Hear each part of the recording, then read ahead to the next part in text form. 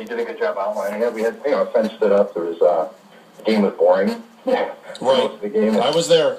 They're driving towards our end zone, and, our friends start standing up, and, the angry fan, and he was a good 5 or 6 rows behind us, but, he yells for our friend to sit down.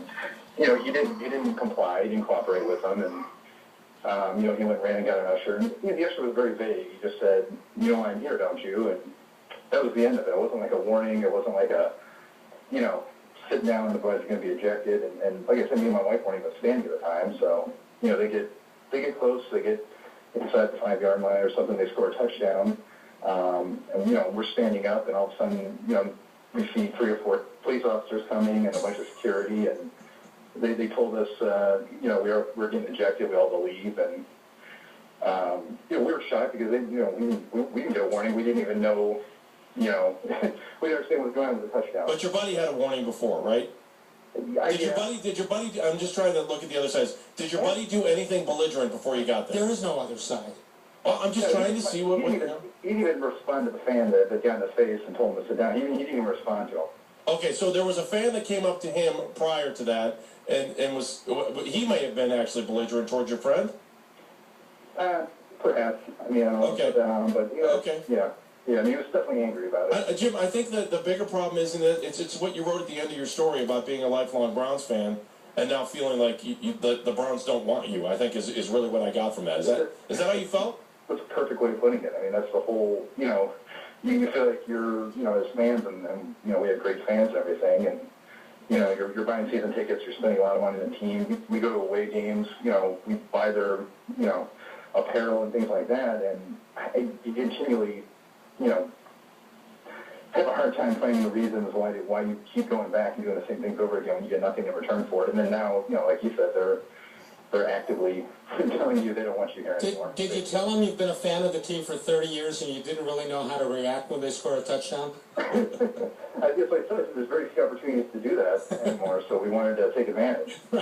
Jim, I also see it, without giving it away, I mean, you're a guy that, it looks to me like you drive a pretty long distance to get in. You're not a 330 guy. You're not a 44 or 216 area code guy. I mean, you make a serious commitment on Sundays when you go to these games. I've had that number for a while. Actually, I do live locally. But, like I said, we go to away games, at least once a year. I've been to like 9 or 10 other stadiums to see games.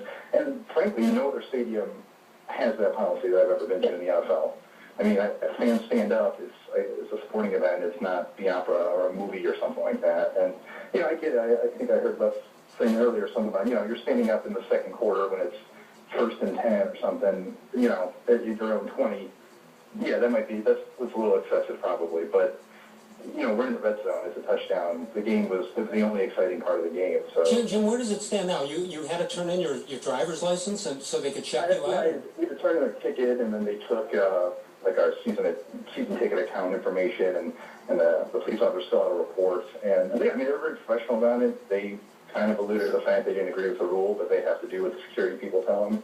And they, kind of took us back there for about 20 minutes while they filled out a report that they said they are kind of required to hand in to the Browns, and the Browns would follow up with us. All right, have the Browns followed up with you yet? Not yet. All right, can you do us a favor? Give us a call when the Browns do follow up. And I know we've got your number now, too. So when the Browns do follow up, I do want to hear what happens, because I think that you represent Joe Average fan here, who just tried to stand up after a touchdown. Well, how long after Haslam was there did that happen?